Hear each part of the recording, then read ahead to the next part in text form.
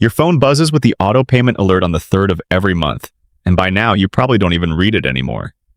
You just feel it hit. Here's what that notification never tells you.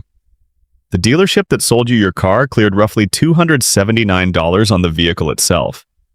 That's less than what you'd pay for a decent set of tires. I'm Nick, and I dig through auto lending data so you don't have to.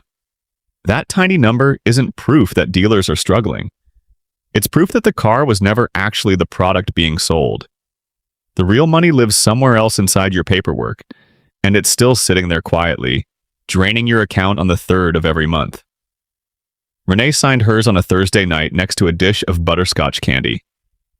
Hector has signed his 3 separate times over 4 years. Delia signed hers 11 days after Renee on almost the identical car at a completely different store. One of these 3 people ended up paying about $4,300 more than another for essentially the same purchase. I'll tell you who at the end. Here's something almost nobody outside the car industry actually grasps. The vehicle itself now basically functions as bait. Front-end gross profit, meaning the money made on the physical car, has cratered. 2 years before that $279 figure came out, dealers were clearing over $6,000 per unit. Meanwhile, the finance and insurance office was quietly pulling in around $1,975 per vehicle sold.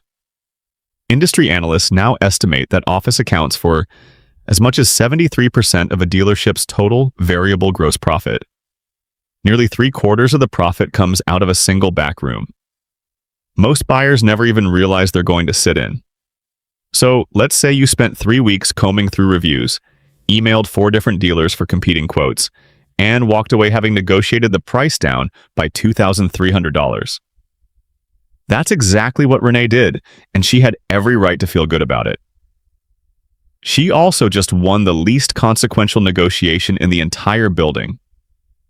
That's not a criticism of Renee. It's a criticism of a system that spent 40 years training all of us to fixate on the one number that no longer actually determines the outcome. Nearly every dealership in the country uses a worksheet called the 4 Square. 4 boxes on a single sheet of paper. Price, trade-in value, down payment, monthly payment. Its real function isn't to organize the deal, it's to make 4 completely separate negotiations feel like one single conversation, because pressure applied in one box just gets absorbed as slack somewhere else on the page. He'll circle a figure with a felt-tip pen and slide that sheet across the desk toward you like it's a chess move. So let's take that sheet apart, box by box, because everything that ever happened to you financially is buried in one of these 4 squares. Box 1 is what you pay for the car. Box 2 is what they hand you for your old one. Box 3 is the loan itself.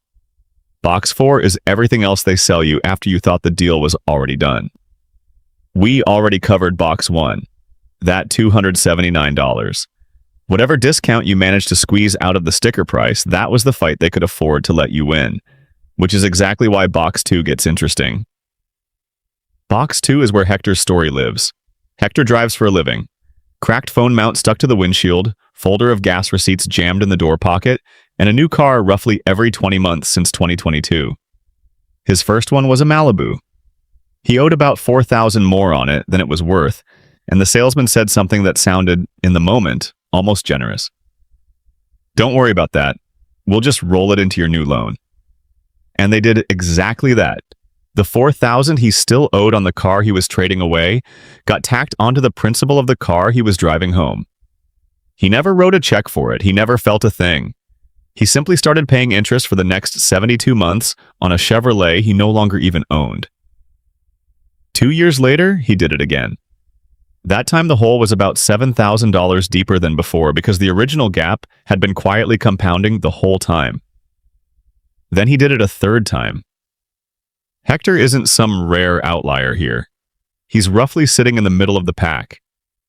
As of the 3rd quarter of 2025, 28.1% of new car trade-ins carried negative equity, averaging $6,950 underwater. Both the record and the precision matter here, since that figure is a mean, not a median.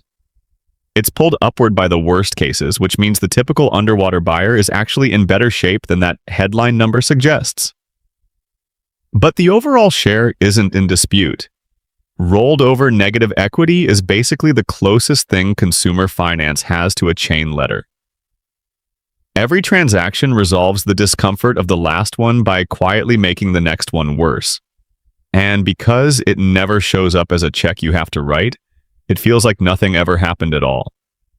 Hector's fourth car is a perfectly reasonable sedan on paper. He's just financing 3 previous vehicles inside of it. And here's the part I really need you to sit with. Being underwater on a car doesn't feel like anything at all.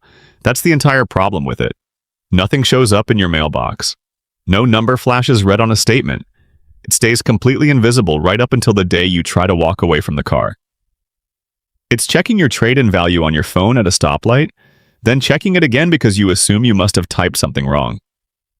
It's discovering that downgrading to something cheaper would actually cost you $6,000 you simply don't have. It's the slow, sinking realization that the car sitting in your driveway isn't an asset you own. It's a bill you happen to be standing next to. Which brings us to box 3, the loan itself. Box 3 really has 2 halves: how long the loan runs and what it actually costs you. And somebody else set both of those numbers for you. Start with the length since it's the biggest lever in the whole deal, and it's the one people pull themselves without realizing it. Back in 2015, loans of 84 months or longer made up about 7.3% of new car financing. By mid-2025, that number had climbed to 21.5%, and it has since touched a record high of 23.9%. 1 in 4 new car buyers is now signing a 7-year loan. That loan term barely existed a decade ago, and it wasn't invented because buyers were asking for it. It was invented because sticker prices sprinted ahead of wages, and somebody still needed the monthly payment to look affordable on paper. Take $42,000 financed, which is close to the current national average, at roughly 7% interest.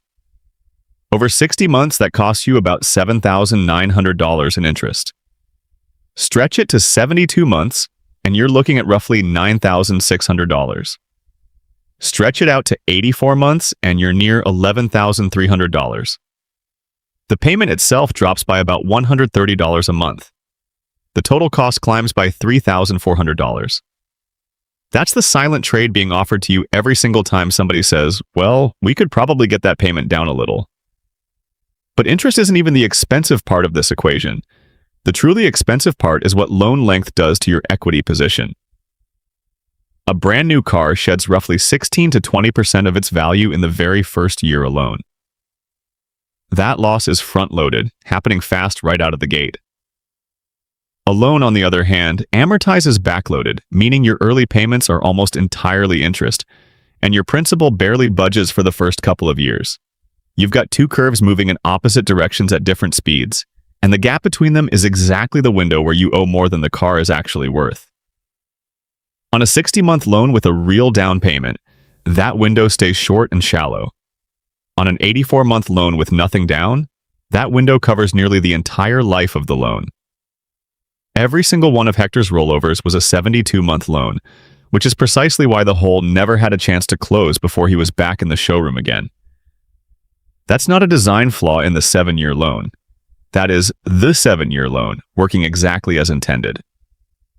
It's also worth noting that roughly 1.73 million vehicles were repossessed in 2024 alone. Hold on to that number because we're circling back to it, and it gets worse. Now, the second half of box 3, the interest rate itself, and this genuinely surprises even people who think of themselves as financially savvy. When you finance through a dealership, the dealership usually isn't the one lending you the money at all. It's acting as a middleman. Your application gets sent off to a bank, a credit union, or a manufacturer's captive finance arm. That lender comes back with what's called a buy rate, the actual rate they'll fund your loan at based on your credit profile. You never see that buy rate. What you're shown instead is the sell rate, which is simply the buy rate plus whatever markup the dealership decides to tack on top. Picture a hotel calling you a cab, except the hotel gets to decide what the meter reads. That markup is called dealer reserve, and it typically runs somewhere between 1 and 2.5 percentage points. Research out of the Center for Responsible Lending found average markups of about 2.5 points, adding roughly $714 to the average $40,000 loan spread over 60 months. A single percentage point of markup alone runs close to $1,000. And here's what settles any debate about whether this is actually harmless. Because the markup was left entirely to human discretion, an actual person deciding case by case what to charge, it produced outcomes that regulators found were not evenly distributed across borrowers. Toyota Motor Credit settled with federal regulators back in 2016 for up to $21.9 million in restitution to minority borrowers who'd been overcharged through exactly this mechanism. Ally, Honda, and Fifth Third all settled similar cases. So when the finance manager tells you, "Let me see what I can get you approved for," take that sentence completely literally. He isn't searching for anything. He already knows the number. He's simply deciding what to charge you. This is the one box Delia had already neutralized before she ever walked through the door, and we'll get to exactly how in a minute. Which brings us to box 4 and back to Renee and to the butterscotch. She was led into a small office with a glass door, a candy dish that looks older than the building itself, and a chair set about 2 inches lower than his, which, I promise you, is not an accident of furniture placement. On the desk sat a laminated menu. That's completely standard practice, actually called a menu presentation, and it exists because arranging products into a grid makes declining every single one of them feel vaguely rude. 4 columns, usually labeled good, better, best, and one option so loaded up it earns its own separate name. Here's what typically sits on that menu and what those add-ons actually cost. An extended warranty, technically called a vehicle service contract, priced at 2 to 3 times what identical coverage costs through a direct provider. Dealer profit on just one of these commonly lands between $600 and $1,200. Gap coverage, which pays the difference between what you still owe and what the car is actually worth if it's totaled. Gap is genuinely useful, specifically for people who are underwater, which, as we've established now, describes a huge chunk of buyers. Your own insurer or credit union will sell you the same coverage for $150 to $400. In that office, it's priced at $600 to $1,200. Then the rest of the grid. Paint and fabric protection running around $600. According to Consumer Reports, essentially sealant applied to paint that already left the factory sealed. Rust proofing around $800 on a vehicle that's mostly plastic anyway, and already came with a corrosion warranty. VIN etching for another $200 to $300 to scratch your vehicle identification number into the glass. Something you could buy a kit for online for $20, or simply skip entirely, which costs nothing and works just as well. Renee said yes to 3 of these. Not because she's naive. She runs a dental practice and reads contracts professionally for a living. It was 7:40 on a Thursday night. She'd been sitting in that building for 5 hours. Her kid needed picking up, and every single product was quoted to her in monthly increments instead of total dollars. 41 a month, 22, 19. That's the last and simplest trick in the whole room. Nothing in there gets priced in actual dollars. $41 a month over 72 months adds up to $2,952 plus interest, because it's all being financed too, and nobody's required to mention that part out loud. Hector has bought that same warranty from that same chair 3 separate times. He's never once filed a claim on any of them because he keeps trading the car in before the factory coverage even expires. 2 more things live around the edges of that sheet, and you should be able to spot both from across a parking lot. The first is spot delivery, sometimes called yo-yo financing. You sign the paperwork, drive home, post the picture online, and then days later the phone rings and you're told the financing fell through. Come back in and resign at a higher rate. The contract you drove home with was conditional all along, and you almost certainly never noticed. There's no federal rule blocking the abusive version of this practice. Consumer advocates have documented buyers who lost both their down payment and their only way of getting to work because of it. The second is the lease, which doesn't quote you an interest rate at all. It quotes something called a money factor, a decimal so tiny it reads like a rounding error, something like 0.00200. Multiply that by 2,400, and that harmless-looking little decimal is actually 4.8%. It gets marked up exactly like any other rate, and dealers aren't required to disclose it to you at all. Now, some of you have been waiting to bring up the new tax deduction, so let's address it head-on. The 2025 federal tax law created a deduction for auto loan interest. That part is real. It's also far narrower than the headlines made it sound. New vehicles only, no used cars, no leases. Final assembly has to happen in the United States, and it phases out entirely at higher income levels. But here's the actual math. $33,000 financed at 7.2% produces about $2,340 of interest in year one alone. In the 22% tax bracket, that's a real tax reduction of roughly $515, which is genuinely meaningful money. It's also only about 4 months worth of the extra interest you agreed to by stretching your loan from 60 months out to 84. It's a small rebate on a decision you already made, not a reason to make that decision in the first place. And now the number I told you to hold on to, because the stakes here stopped being theoretical a while back. Subprime auto borrowers 60 days or more past due hit 6.74% in December of 2025. That's the worst reading in a data series stretching back 32 years. 32 years! And that 1.73 million repossessions figure from 2024 is a number you have to go all the way back to 2009 to match. Except back in 2009, unemployment was hovering near 10%. Right now, it's sitting in the low 4s. That's the part I really need you to actually absorb.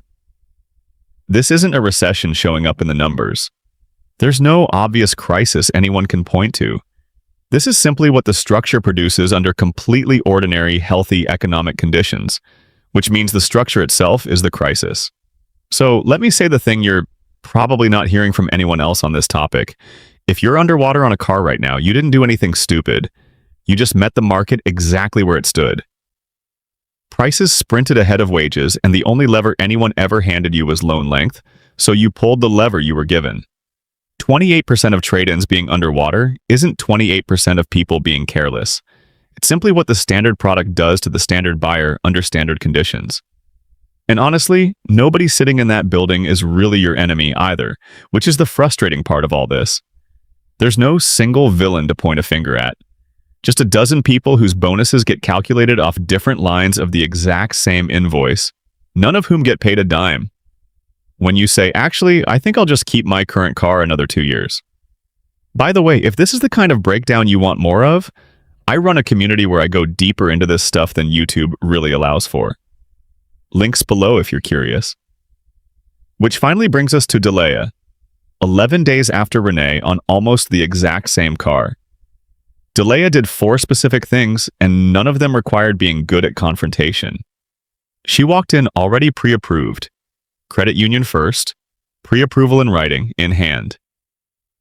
In the second quarter of 2025, the average 60-month new car loan ran about 5.75% at credit unions versus 7.49% at banks.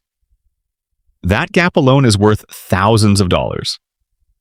More importantly, it meant dealer reserve had absolutely nothing to attach itself to. You can't get marked up on a rate you already own walking in the door. If the dealer could actually beat her outside rate, great, she'd take theirs instead. That's the entire point of carrying your own number in with you. She flatly refused to discuss monthly payment at all. Not aggressively, she just kept redirecting to a different question every single time. What's the total out-the-door price on this exact vehicle? Every time, she refused to let the boxes get stacked together. Price first, agreed on, and written down. Trade in second. And she came in with 2 written competing offers from other dealers already in her bag. Financing third. Back-end products dead last. By which point she was negotiating against 1 fixed total number instead of 4 moving targets at once. And she chose 60 months with a real down payment, which meant she was never underwater in the first place, which meant she genuinely didn't need gap coverage at all. She bought it anyway through her own insurer for $200 instead of $900. She also bought a car that was already 2 years old, so the steepest part of the depreciation curve had already become someone else's problem. Used loan rates run a bit higher, sure, but she was borrowing far less principal overall, and principal is what interest actually gets charged against. So, $4,300. That's the total gap between Delea's deal and Renee's deal on essentially the same car, just 11 days apart. About $1,000 in rate markup, $700 in gap overcharge, call it $800 on the warranty, $1,800 more in extra interest from those additional 24 months. None of it ever showed up as a clean line item anywhere. None of it was illegal, and none of it was ever explained to Renee. Now take just that difference alone, not the payment, not the car itself, and invest it at 7%. In 10 years, it's worth about $8,500. In 20 years, it's around $207,000. In 30 years, it's roughly $34,000. And Renee will almost certainly buy another car, probably 5 or 6 more across her lifetime. Hector's already bought 4. If you're already sitting in one of these deals right now, and statistically, most of you probably are, the move isn't to feel bad about it, it's to check whether you can refinance. Roughly 900,000 borrowers with credit scores in the 720s or higher are currently parked in loans sitting at 9 to 11% interest, largely because their rate was set in a room where a markup got applied and simply never disclosed to them. Refinancing is boring. It takes about 20 minutes at a credit union. It's also the one and only thing in this entire video you can still actually undo. I'm not a financial advisor, and none of this is financial advice. Every figure here is a snapshot in time that you'll want to double-check against whatever quarter you're standing in when you watch this. The underlying structure, though, doesn't really move. The structure is the whole point of this video.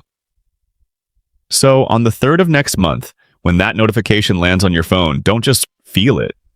Open it. Find the actual rate. Because the person sitting across that desk was never really selling you a vehicle. He was selling you a payment.